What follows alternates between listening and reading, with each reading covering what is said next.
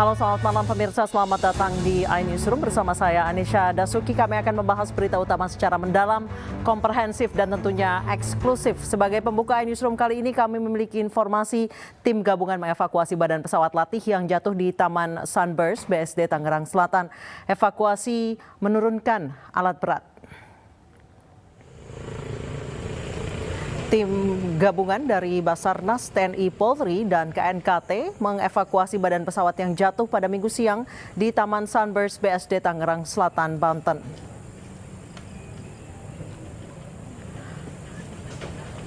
Petugas mengevakuasi sedikit demi sedikit badan pesawat yang hancur karena jatuh.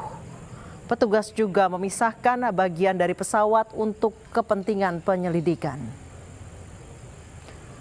Dalam evakuasi ini, petugas juga mengerahkan alat berat untuk memindahkan badan pesawat.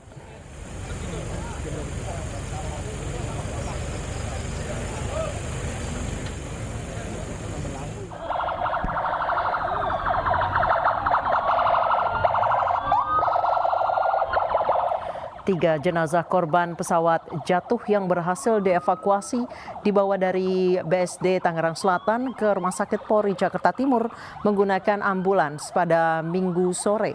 Ketiga korban meninggal dunia adalah Pulung Darmawan sebagai pilot, Farid teknisi, dan Mayor Purnawirawan Suwanda sebagai penumpang. Kepala Kantor SAR Desiana Kartika Bahari mengatakan ketiga jenazah korban dalam keadaan utuh, sementara penyebab pesawat jatuh masih diselidiki.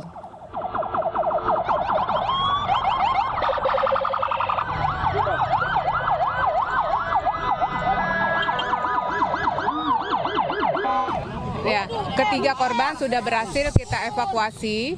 Ketiga korban sudah berhasil kami evakuasi selesai pada pukul 16.40 dari 13.45. Ya, terima awal info itu kami di pukul 13.43 ya tadi ya. Kalau lukanya sendiri, Bu?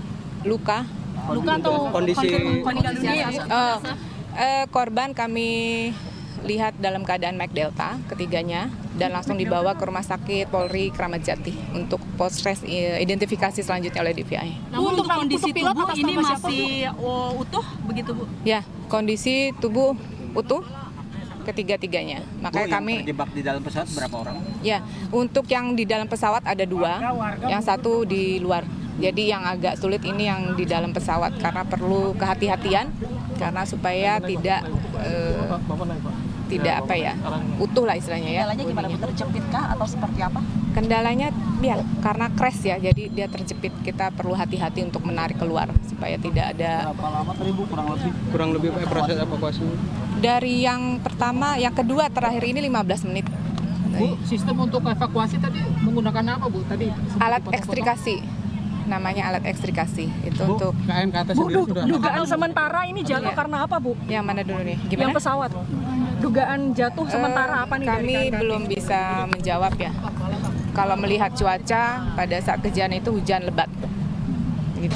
Bahwa Rumah Sakit Bayangkara tingkat 1 Pusdokes Polri pada hari Minggu tanggal 19 Mei 2024 pukul 17.27 menerima 3 jenazah korban kecelakaan pesawat latih di BSD Serpong. Jadi saat ini kami sedang melaksanakan pemeriksaan di instalasi jenazah Rumah Sakit Bayangkara tingkat 1 Pusdokes Polri. Terima kasih kepada Polda Metro Jaya juga di TKP tadi evakuasinya dari Bidokes Polda Metro Jaya dan rekan-rekan DWI Mabes Polri saat ini sedang bekerja termasuk Inavis daripada Baris Krim Polri. Berarti artinya identifikasi sudah dimulai ya, Pak? Sudah dimulai, jadi untuk pemeriksaan luar saja sambil menunggu persetujuan keluarga apakah akan dilakukan otopsi atau pemeriksaan dalam. Itu koordinasi daripada penyidik kepada keluarga. Ini yang kami tunggu.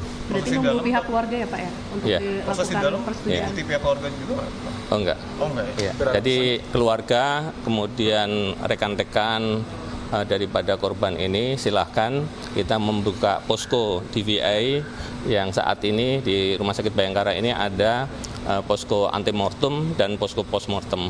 Dari posko postmortem itu nanti akan data-data yang diperoleh akan dicocokkan dari posko antemortem yang didapat dari keluarga dan saudara-saudaranya. Biasanya butuh waktu berapa lama Pak untuk proses? Jadi beda-beda ya. Kalau insya Allah kalau kali ini kalau ada hanya identifikasi bisa cepat karena kondisi jenazah juga tidak terlalu rusak parah. Kita berharap cepat ya. Tapi yang perlu adalah izin daripada keluarga. Kami terhubung langsung dengan rekan Faisal Rinaldi yang berada di lokasi kejadian pesawat jatuh, tepatnya di lapangan Sunburst BSD Serpong, Tangerang Selatan, Banten. Dan rekan kami Syahreza Zanski di Rumah Sakit Polri Kramat Jati. Kami ke rekan Faisal terlebih dahulu. Faisal, apakah saat ini proses evakuasi telah selesai atau masih berlangsung? Ya, Anissa dan juga pemirsa, memang saat ini proses evakuasi dari bangkai pesawat Teknam saat ini masih berlangsung. Di belakang kami saat ini petugas gabungan masih terus melakukan evakuasi bangkai pesawat yang nantinya akan dibawa dari tempat kejadian ini atau di kawasan BSD City Tangerang Selatan. Dan Anissa dan juga pemirsa, dapat kami sampaikan pula bahwa memang untuk seluruh korban atau ketiga korban memang sudah selesai dievakuasi, yakni pada sore tadi, sekitar pukul 5 sore tadi. Dan untuk seluruh ketiga korban memang saat ini sudah berada di Rumah Sakit Polri Kramat Jati dan dinyatakan bahwa ketiga korban dinyatakan meninggal dunia. Anissa dan juga pemirsa, dapat kami sampaikan pula bahwa memang untuk penyebab dari kecelakaan atau jatuhnya pesawat ini memang belum ada atau belum bisa disimpulkan oleh pihak terkait dikarenakan saat ini masih terus dilakukan identifikasi dari KNKT dan juga memang pihak kepolisian juga saat ini masih terus berkoordinasi dengan KNKT untuk menyimpulkan penyebab dari jatuhnya pesawat ini. Namun tadi pada siang tadi atau saat kecelakaan ini terjadi, Anissa, memang di kawasan BSD ini sempat terjadi atau sempat hujan deras begitu dan memang belum bisa disebutkan apakah itu menjadi penyebab dari kecelakaan atau jatuhnya pesawat itu. Dan Anissa dan juga pemirsa, dapat kami sampaikan pula bahwa memang yang di layar kaca Anda saat ini adalah proses evakuasi dari bangkai pesawat Teknam yang jatuh sekitar pukul 1 siang tadi. Dan saat ini untuk petugas yang sedang melakukan evakuasi ada pihak dari KNKT, kemudian ada pihak dari TNI dan juga pihak dari Polri. Kemudian juga para petugas di sini juga menurunkan alat berat yang digunakan nantinya untuk mengangkut bangkai pesawat yang nampaknya saat ini sudah hancur akibat jatuh pada siang tadi, Anissa. Kemudian Anissa dan juga pemirsa, dapat kami sampaikan pula bahwa memang berdasarkan informasi awal, pesawat ini tadi terbang dari arah Pondok Cabe menuju ke Tanjung Lesung. Setelah itu dari Tanjung Lesung, pesawat tersebut memang hendak kembali ke Pondok Cabe, namun belum sampai ke Pondok Cabe, pesawat itu mengalami kecelakaan dan jatuh di kawasan BSD ini atau tepatnya di lapangan Sunburst BSD City Tangerang Selatan. Nah, Anissa dan juga pemirsa, dapat kami sampaikan pula bahwa memang tadi dari pernyataan dari Kapolres Tangerang Selatan yakni AKBP Ibtu Bagus Santoso mengatakan bahwa pesawat sempat memberikan sinyal darurat sebelum pesawat itu jatuh. Lalu juga ada permintaan tolong seperti mayday dari pihak atau dari pilot pesawat sebelum pesawat itu hilang kontak dan kemudian jatuh, Anissa. Nah, tadi juga kami menemui salah satu saksi yang memang melihat kejadian atau sebelum jatuhnya pesawat ini di sini. Di mana tadi menurut pengakuan dari saksi yang ada di sini sempat melihat pesawat tersebut memang berputar-putar di kawasan BSD ini. Lalu kemudian di saat hujan deras terdengar suara ledakan dan kemudian saat dihampiri memang sudah terlihat pesawat tersebut sudah jatuh dan ada satu orang yang tergeletak di luar. Nah, kemudian juga Anissa tadi saksi tersebut juga mengatakan bahwa sempat mendengar permintaan minta tolong dari salah satu korban yang terjepit di bagian dalam sebelum meninggal dunia. Dan Anissa dan juga pemirsa, nantinya kami akan menginformasikan lebih lanjut kepada Anda soal proses evakuasi ini dan juga apakah penyebab dari jatuhnya pesawat Teknam ini. Demikian Anissa, kembali ke Anda.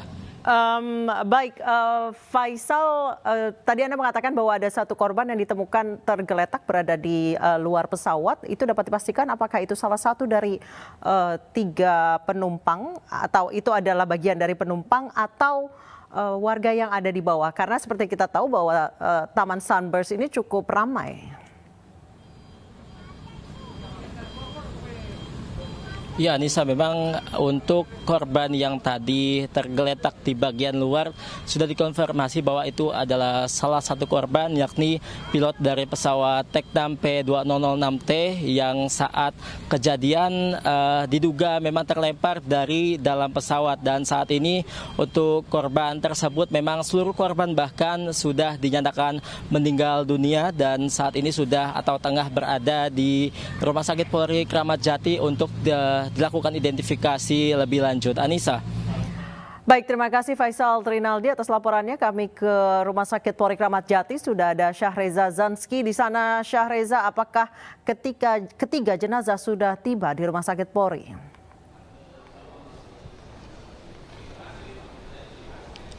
Baik, Anissa dan juga pemirsa, betul sekali bahwa ketika jenazah daripada korban jatuhnya pesawat di BSD Tangerang Selatan hingga saat ini jenazahnya sudah diantarkan bahkan sejak pukul 17:20 waktu Indonesia Barat dengan iring-iringan beberapa ambulan yang datang dengan 3 jenazah total yang didatangkan ke Rumah Sakit Polri Kramat Jati pada sore tadi.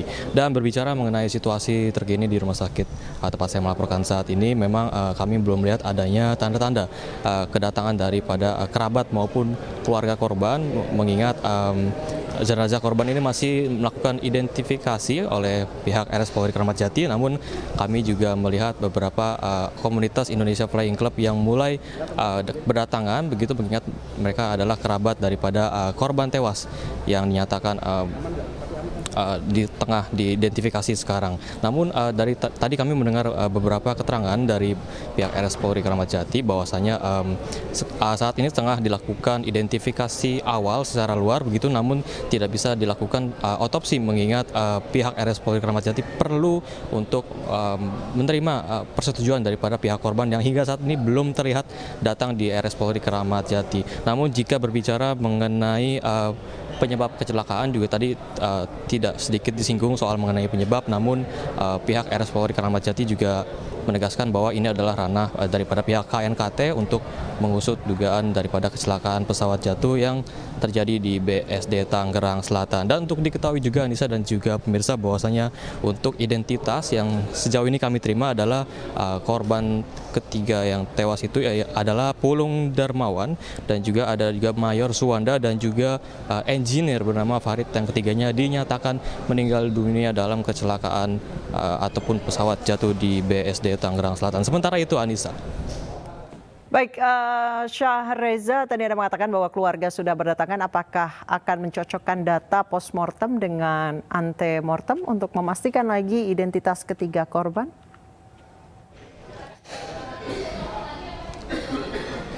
Ya, baik Anissa dan juga pemirsa, seperti diketahui bahwa untuk keluarga korban hingga saat ini masih belum terlihat kedatangannya, namun hanya ada beberapa komunitas daripada korban tewas. Namun tadi RS Polri Kramat Jati menyatakan bahwa postmortem dan post antemortem ini bisa dilakukan apabila keluarga daripada pihak korban ini bisa mendatangin dan setuju untuk dilakukan beberapa kegiatan tersebut.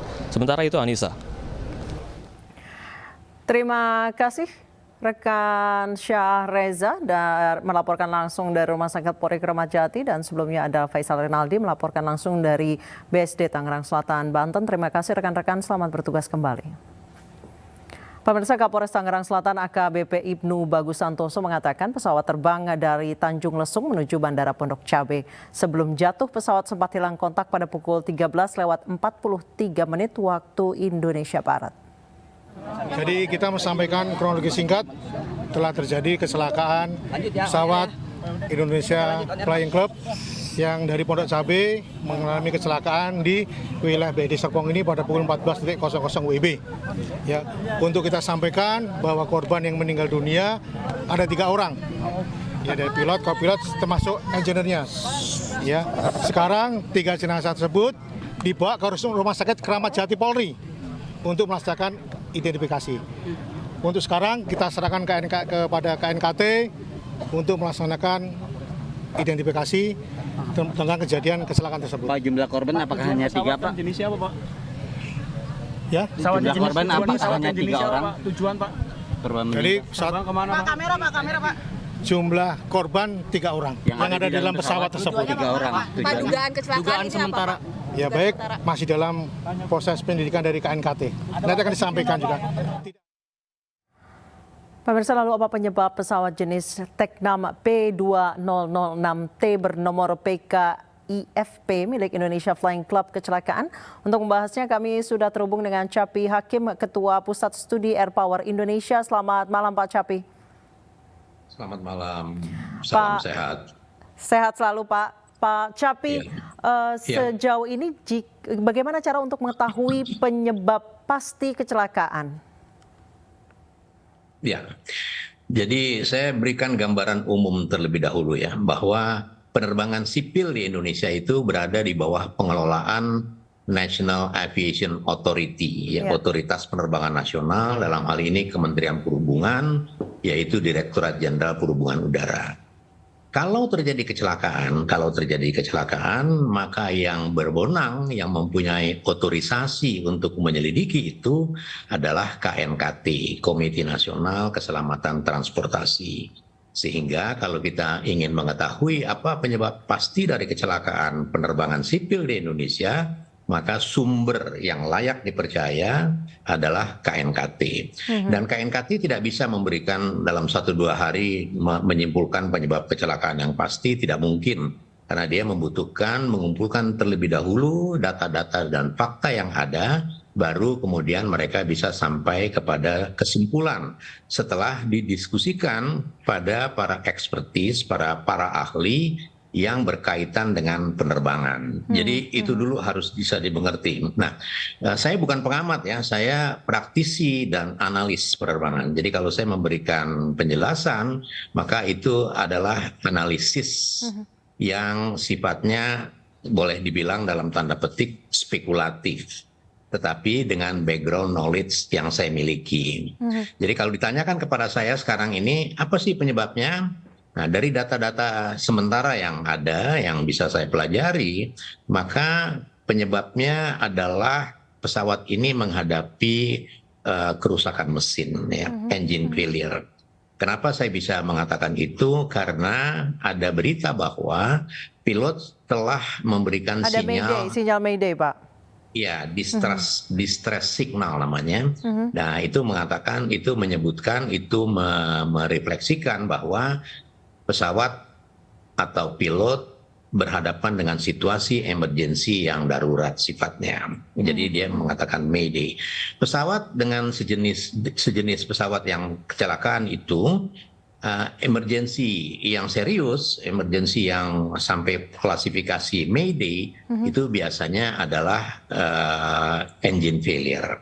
Ya, mesinnya mati atau apapun, tapi mesin tidak berfungsi. Nah, bagi pesawat, walaupun mesin tidak berfungsi, dia bisa melakukan pendaratan darurat.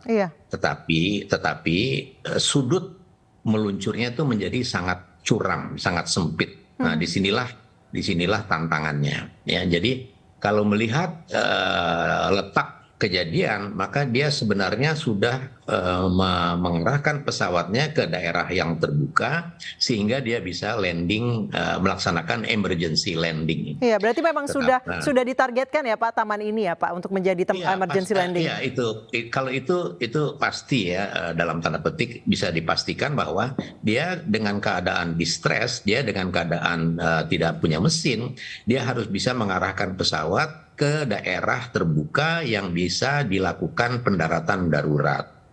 Akan tetapi tadi sudah saya sampaikan bahwa dengan mesin yang tidak berfungsi, maka pesawat terbang itu sudut luncurnya sangat curam, sehingga sulit ya, tidak semudah melaksanakan normal landing. Jadi dia melaksanakan emergency landing. Nah, kalau didengar lagi ada berita-berita bahwa ketika itu hujan deras, Pak. gelap dan lain sebagainya, mungkin itu yang menyebabkan sehingga dia tidak mencapai wilayah terbuka yang sudah dia pilihnya dari atas, sehingga dia nyangkut di pohon. Itu lebih kurang analisis saya. Baik Pak, untuk pesawat jenis Teknam P2006T ini buatan sekitar tahun 2006, berarti sebenarnya belum terlalu tua ya Pak ya? Iya, kalau kita berbicara tentang kecelakaan pesawat terbang, maka kecelakaan pesawat terbang itu dipastikan tidak ada hubungannya dengan tua atau tidak tua, ya. Dia hanya berhubungan dengan dia layak terbang atau tidak layak terbang. Kalau sebuah pesawat sudah terbang, berarti dia sudah memenuhi semua persyaratan pesawat yang bisa terbang. Di dalam dunia penerbangan aturannya sangat jelas dan sangat ketat. Ya, boleh dikatakan dunia penerbangan yang teknologis sifatnya itu sebenarnya mengantar masyarakat, mengantar orang-orang yang berada di itu kepada peradaban. Kenapa? Karena mereka tidak bisa melakukan apapun tanpa referensi. Ya, dia tidak bisa, teknisi tidak bisa merilis pesawatnya oke, nggak bisa sebelum dia melakukan item-item yang tercantum dalam manual bahwa dia sudah periksa semuanya bahwa pesawat itu bisa terbang. Jadi usia ya mungkin ada faktor usia tapi dia tidak menjadi faktor yang dominan. Nah, Pak Capi, untuk pesawat latih seperti ini apakah pemeriksaan itu setiap terbang atau ada berkala seperti kendaraan umum seperti bus atau angkutan berat, Pak? Ya boleh dibandingkan dengan bus atau kendaraan umum atau apapun. Tetapi kalau kita melihat realita, kalau kita beli mobil kan kita ada manual yang diberikan dan biasanya habit kita nggak pernah baca itu ya, manual tuh tetap dalam plastik. Nanti setelah mobil itu mau dijual lagi kita kasih tahu ini masih ada loh manualnya. Betul, Pak. Nah di penerbangan nggak bisa begitu. Di penerbangan pilot atau teknisi sebelum dia ujian dapat 100 untuk manualnya, dia tidak boleh ke pesawatnya. Dia harus di simulator, dia harus menghafal dan sebagainya. Jadi dia terikat sekali pada manual dan checklist dan standar procedures namanya. Dalam penerbangan paling tidak ada 2 prosedur yang harus dikuasai oleh penerbang, yaitu normal procedures dan emergency procedures. Dalam keadaan normal, dia harus melakukan semua operasi penerbangan itu sesuai dengan prosedur yang berlaku, sesuai dengan ketentuan yang berlaku. Apabila terjadi emergency, dia harus melakukan emergency procedures sesuai dengan checklist, sesuai dengan manual, sesuai dengan ketentuan yang tercantum dalam manual pesawat itu, bahwa kalau terjadi kecelakaan, kalau terjadi kerusakan mesin harus dikerjakan begini, kerusakan ini harus dikerjakan begitu, dan pilot itu harus menguasai itu. Itu sebabnya pilot setiap 6 bulan dia harus di-update namanya. License-nya ya, request-nya atau SIM-nya. Dia harus cek kesehatan, dia harus cek skill sebagai penerbang dan sebagainya. Pesawat pun begitu, pesawat itu ada logbooknya, dia sekian jam harus dicek dan lain sebagainya. Nah, Pak Capi, nanti untuk investigasi KNKT apa saja poin-poin penting yang harus diperiksa oleh KNKT untuk mencari tahu apa sebenarnya penyebab kecelakaan ini? Ya, KNKT memiliki standar kerja untuk investigasi, ya minimal mereka akan menelusuri pilotnya nih jam terbangnya berapa nih, masih valid apa enggak nih dan sebagainya. Pesawat begitu juga akan dilihat di logbooknya, pesawat ini kapan nih rusaknya terakhir, rusak itu rusak apanya, udah dibenerin atau belum. Itu pasti pelacakan pertama seperti itu ya. Itu sebabnya maka investigasi itu memakan waktu yang cukup panjang. Jadi tidak bisa gegabah dia mengatakan ini karena mesinnya mati, pilotnya salah, nyangkut di pohon. Nggak bisa begitu. Dia harus mempunyai data-data dan fakta yang disusun bersama dan kemudian di cross check. Misalnya tentang engine pun mereka harus meng-cross check pada engineers, pada ahli teknik mesin yang biasa melakukan perawatan di pesawat itu, apakah benar pesawat ini begini sesuai dengan yang ada di logbook misalnya. Dan itu standar kerja itu sangat baku dan sangat standar bagi para investigator kecelakaan pesawat terbang. Baik, terima kasih banyak Pak Capi Hakim telah berbagi informasi bersama kami di Newsroom. Selamat malam, sehat selalu Pak Capi. Pemirsa, mantan narapidana kasus pembunuhan Vina mengaku menemukan sejumlah kejanggalan dalam kasus kematian Vina. Investigasi dan akan kami hadirkan informasinya usai jeda berikut, tetap di Newsroom.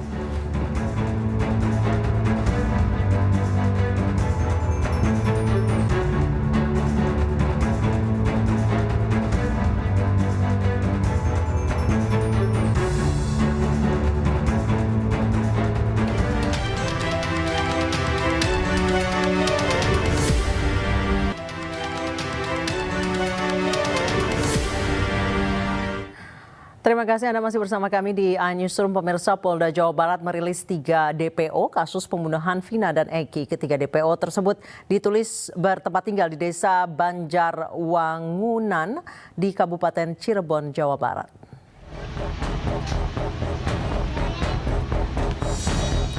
Terkait buron pembunuhan Vina, pemerintah Desa Banjarwangunan telah memeriksa nama-nama yang ada dalam DPO polisi.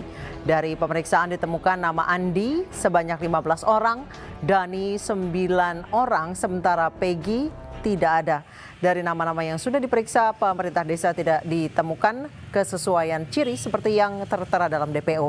Pemerintah Desa Banjarwangunan menyayangkan dengan DPO yang dikeluarkan Polda Jabar lantaran tidak dilengkapi foto dan alamat spesifik.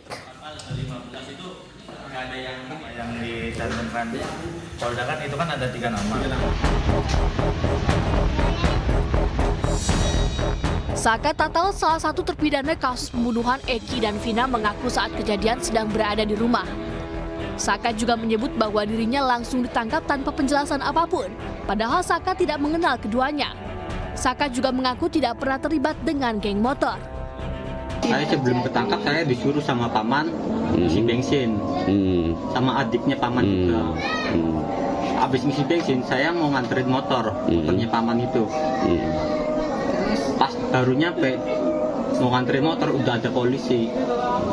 Saya datengin, saya kan ke situ niat cuma nganterin motor. Malah saya ikut ditangkap juga tanpa sebab apapun, nggak ada penjelasan apapun, langsung dibawa. Nyampe di Polresta, saya langsung dipukulin, suruh mengakui apa yang bukan saya lakukan. Saya dipukulin, dijejekin, disiksa segala macam sampai disetrum. Terus akhirnya Mas Saka ngaku? Siapa yang ngetrumnya, yang mukulinnya siapa? Yang mukulin, yang ngetrum itu anggota polisi semua. Tapi kita nggak tahu namanya. Namanya saya nggak tahu. Terus akhirnya ngaku Mas Saka? Akhirnya ngaku juga. Kenapa ngaku? Apa nggak kuat? Apa gimana? Akhirnya ngaku juga itu karena terpaksa. Karena terpaksa udah nggak kuat gitu. Udah nggak kuat lagi. Tidak hanya Saka, 5 terpidana dalam kasus pembunuhan sejoli Vina dan Eki juga mempertanyakan penyidikan polisi yang dinilai janggal. Salah satunya adalah penolakan polisi untuk mengecek CCTV yang ada di lokasi. Kami juga melihat ada kejanggalan di situ yang tidak direspon oleh penyidik ya dari awal, bahwa dalam perkara itu ada CCTV yang ditemukan di lokasi kejadian, tapi tidak direspon juga dengan alasan bahwa kepolisian tidak punya katakanlah ahli untuk membuka itu omong kosong.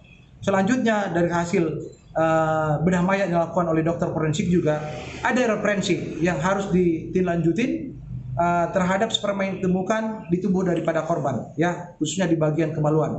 Dan itu harus dilakukan tindakan-tindakan yang lebih spesifik lagi untuk mencari DNA-nya. Nah, kalau katakanlah kepolisian pada saat itu peduli terkait dengan tersangka-tersangka yang dilakukan penahanan, kenapa tidak dilakukan penahanan? Apakah itu sperma dari si A, si B, si C? Sehingga terang benderanglah perkara itu.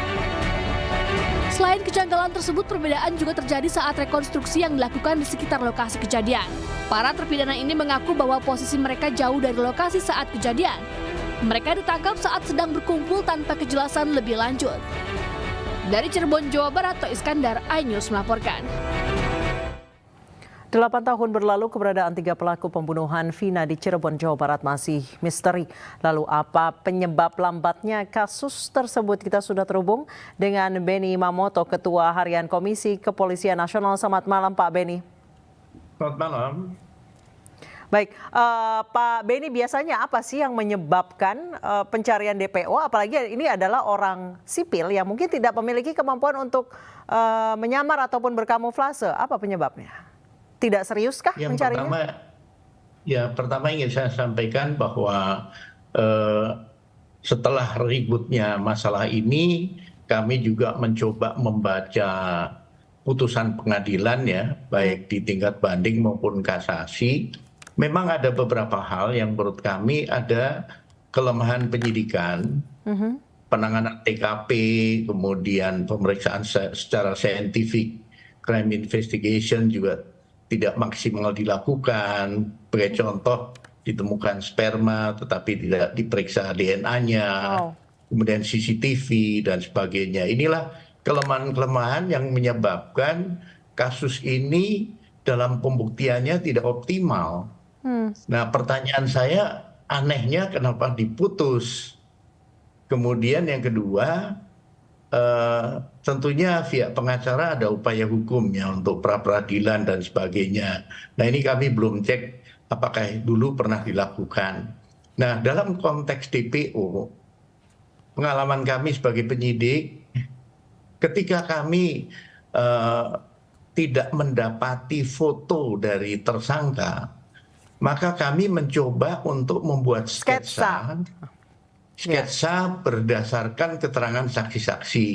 Dari sudut dia melihat orang itu, kemudian dibuat sketsanya, nanti dicocokkan apakah sudah cocok seperti ini orangnya. Nah, setelah sketsa tersebut jadi, maka itu bisa disebarkan dalam bentuk DPO ke masyarakat, supaya masyarakat yang melihat kemiripan dengan foto itu bisa menginformasikan kepada aparat. Kalau misalnya kita lihat ada total 11 tersangka, yang 8 sudah ditangkap, sebenarnya gampang dong seharusnya buat sketsa dari ciri-ciri yang diberikan oleh rekan-rekan satu geng motornya ini. Betul, logikanya demikian memang. Jadi keterangan dari sesama saja itu akan lebih cepat untuk kita bisa membuat sketsa wajah. Dengan sketsa wajah itulah nanti bisa disebarkan kepada masyarakat.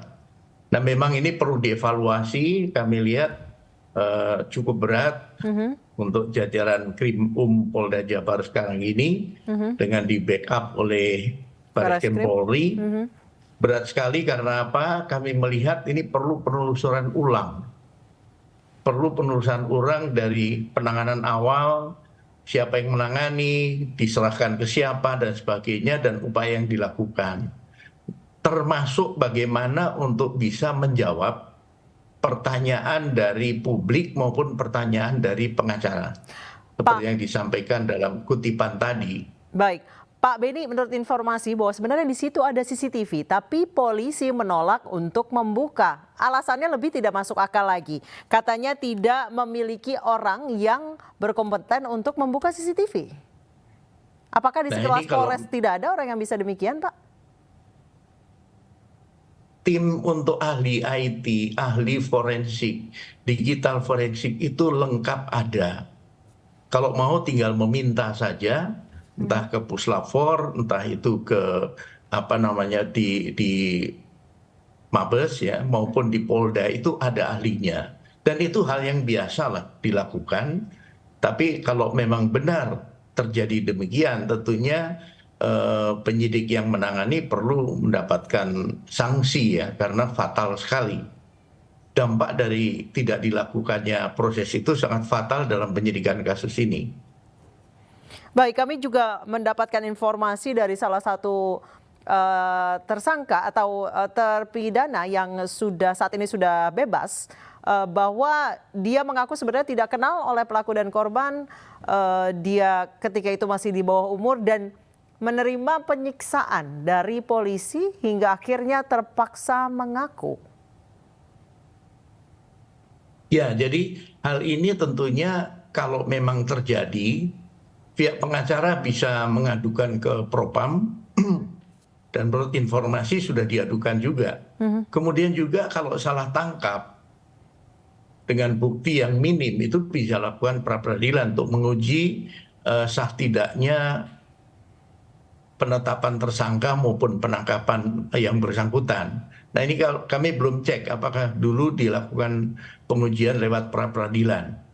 Ini tentunya sangat diperlukan ya. Baik, Pak Beni, dari 8-7 tersangka divonis hukuman seumur hidup, kami juga mendapat informasi bahwa pada saat penangkapan tidak ada suratnya. Apakah itu tetap bisa dilakukan? Ya, yang pertama, aturan KUHP tetap harus dilakukan. Jadi apabila penyidikan dilakukan sudah mengarah kepada target-target tertentu, berdasarkan keterangan saksi, maka dengan identitas itu diterbitkanlah surat perintah penangkapan. Kecuali kalau di lapangan kemudian berkembang, orang yang ditangkap kemudian menunjuk satu lagi, nah daripada lari langsung dilakukan penangkapan, tetapi harus secepatnya diterbitkan surat penangkapan dan diserahkan kopinya kepada keluarga. Pemberitahuan itu harus ada ke keluarga. Baik Pak Beni, dari informasi juga kami ketahui bahwa sebelumnya menurut polisi, menurut Polres Cirebon, bahwa ke-8 tersangka awalnya kooperatif, memberikan keterangannya dengan baik. Namun pada saat berkasnya dilimpahkan ke Polda, kemudian mereka semua justru mencabutnya. Iya, betul. Kami juga menerima informasi itu ketika kami mengkomunikasikan penanganan kasus ini. Nah, ini juga perlu ditelusuri kembali. Faktor apa yang menyebabkan yang bersangkutan mencabut keterangannya. Saya pernah pengalaman dulu ketika memeriksa, pada awalnya yang bersangkutan mengaku, tapi kemudian setelah didampingi pengacara, dia cabut semua keterangannya. Untung kami sudah menyiapkan bukti lain berupa pemeriksaan DNA, sehingga saya sampaikan silakan tidak usah ngaku, dengan bukti ini saya yakin Anda akan diputus, dan akhirnya divonis oleh pengadilan. Jadi memang dalam hal ini penyidik tidak boleh mengandalkan pengakuan saja, harus diperkuat dengan bukti lain secara saintifik. Bahkan harus berpikirnya tidak usah orang itu ngaku, maka sudah bisa dibuktikan untuk diajukan ke pengadilan. Tiga tersangka yang sampai saat ini masih DPO adalah Andi, Dani, dan Peggy. Namun hingga saat ini polisi katanya belum dapat identitasnya secara lengkap dan jelas. Apa yang terjadi bisa sampai begitu, Pak? Ya, dalam hal ini tentunya kembali ya, kapan data itu diperoleh. Ini perlu dicek kembali. Apakah bisa jadi ke-8 tersangka dengan 3 orang ini ternyata tidak saling kenal atau bagaimana? Kalau tidak saling kenal, ini setelah saya membaca putusan pengadilan ya, di situ 2 geng motor ini mereka berselisih, kemudian ketika 2 korban melintas, dia memakai jaket yang ada logo atau nama dari geng motor lain yang menjadi musuhnya. Jadi bukan karena kenal, tetapi karena dia melihat pakai identitas itu maka diserang. Nah, dalam konteks ini mereka dalam keadaan mabuk, pengaruh minuman keras dan sebagainya. Jadi potensial untuk tidak kenal itu ada. Karena kondisinya dalam kondisi tidak sadar penuh seperti itu. Ini berdasarkan berkas ya, saya coba baca itu putusannya. Baik, tapi sebenarnya penelusuran seharusnya bisa dilakukan ke desanya atau ke kompleks perumahannya ya Pak ya?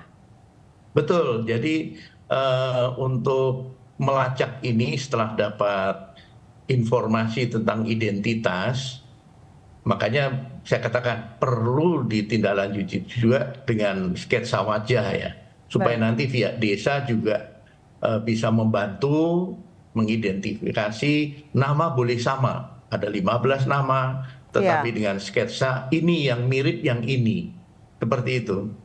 Baik, terima kasih banyak Pak Beni Mamoto, Ketua Harian Kompolnas, telah bergabung dan berbagi informasi bersama kami di Newsroom. Selamat malam Pak. Lokasi muara ini men, ini lapak ini men, mainan men, dibakar orang men.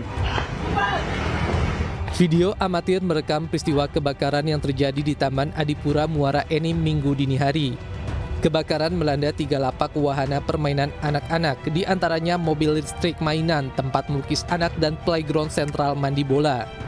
Kobaran api pertama kali dilihat oleh salah satu pemilik lapak yang lokasi rumahnya berada tak jauh dari tempat kejadian.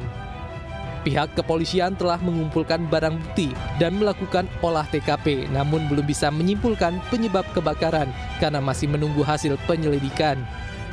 Jadi yang terbakar itu ada 3 tempat, ya, tempat permainan anak-anak, ada mobil-mobilan, ada sepeda-sepeda. Jadi terbakar bukan satu tempat, di 3 tempat.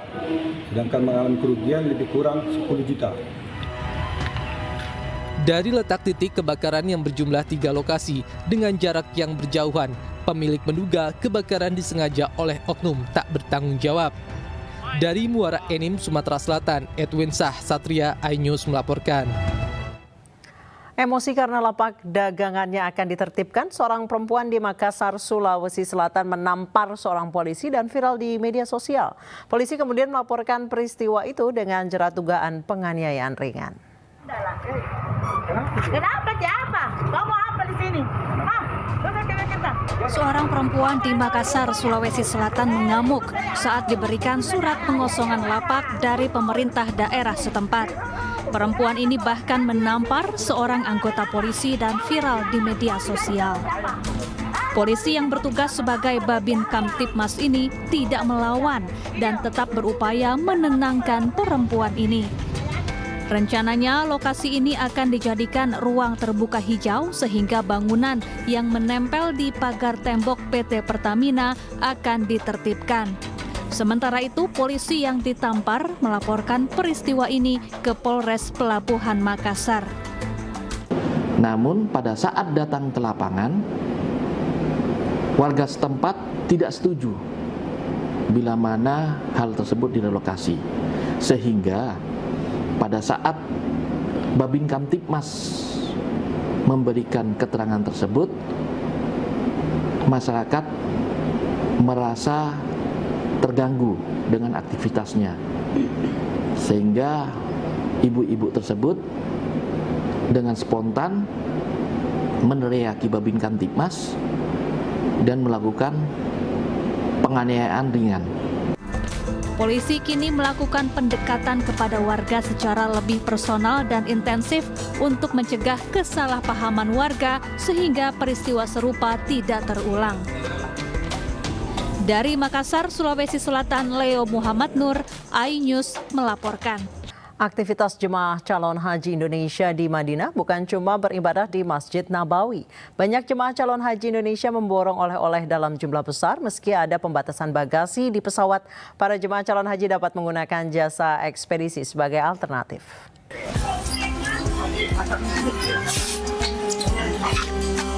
Pergi haji rasanya tidak lengkap bila tidak membeli oleh-oleh buat sanak saudara di tanah air.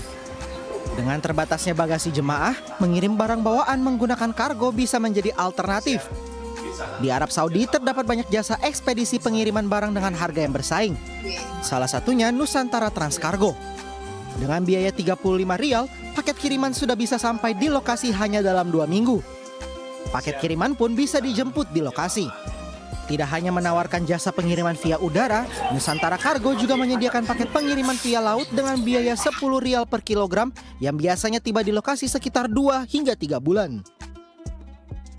Buat jamaah haji Indonesia yang mau kargo dengan cara hubungin nomor kami, kita datang ke hotel, mengambil barang, dan langsung kita kirim ke gudang Jeddah, insya Allah amanah dan lancar insya Allah.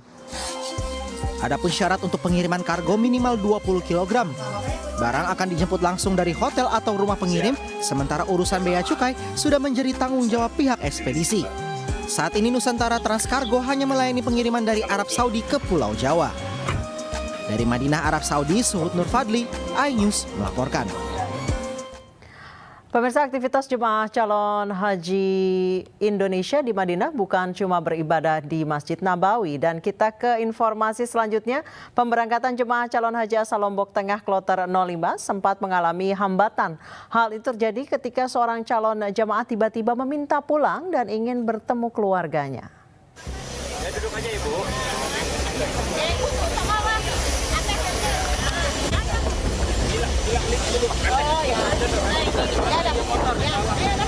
Secara tiba-tiba salah satu jemaah wanita yang merupakan lansia turun dari kursi roda dan meminta pulang. Sontak petugas pun membujuk jemaah ini agar tidak khawatir dan kembali ke kursi sehingga bisa masuk ke dalam pesawat. Jemaah ini tergabung dalam kloter 5 embarkasi Lombok. Diduga jemaah yang berasal dari Kopang, Lombok Tengah ini takut karena tidak memiliki kerabat yang ia kenal. Kondisi ini sempat menghambat jemaah lain yang hendak menaiki pesawat. Tak berselang lama terdapat jemaah lainnya yang berasal dari daerah yang sama dan membujuk jemaah lansia ini. Akhirnya jemaah ini pun berhasil naik ke dalam pesawat dan melanjutkan penerbangan ke Arab Saudi.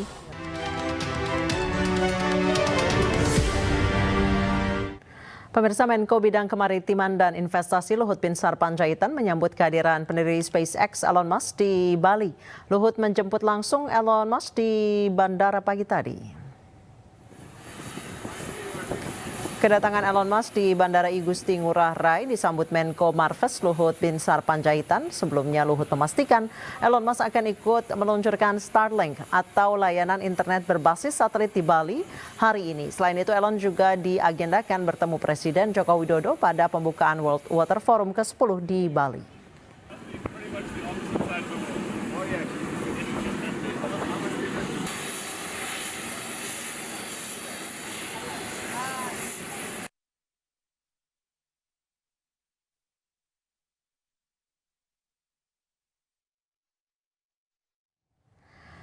Presiden Joko Widodo menghadiri welcoming dinner dalam rangkaian acara WWF ke-10 di Taman Budaya Garuda Wisnu Kencana di Bali.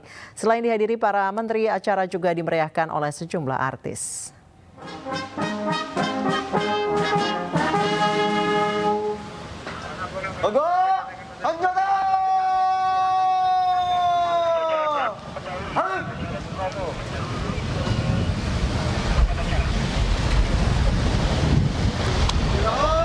Sejumlah tamu undangan menghadiri jamuan makan malam ini adalah 17 menteri Indonesia dan sejumlah pejabat setingkat menteri dari sejumlah negara. Acara ini digelar dari 18 hingga 25 Mei.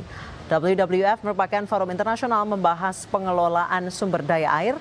Acara digelar di Bali dengan tujuan memperkenalkan pada dunia tradisi Bali yang menjadikan air sesuatu yang suci.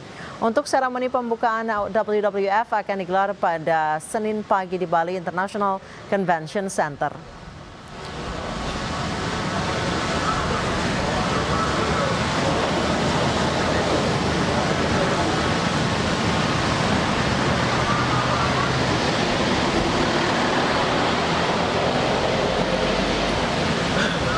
Kepala negara dan wakil kepala pemerintahan, 3 utusan khusus dan 38 menteri. Dalam Forum Air Dunia ini, upaya mendorong kolaborasi global dalam permasalahan air menjadi fokus utama.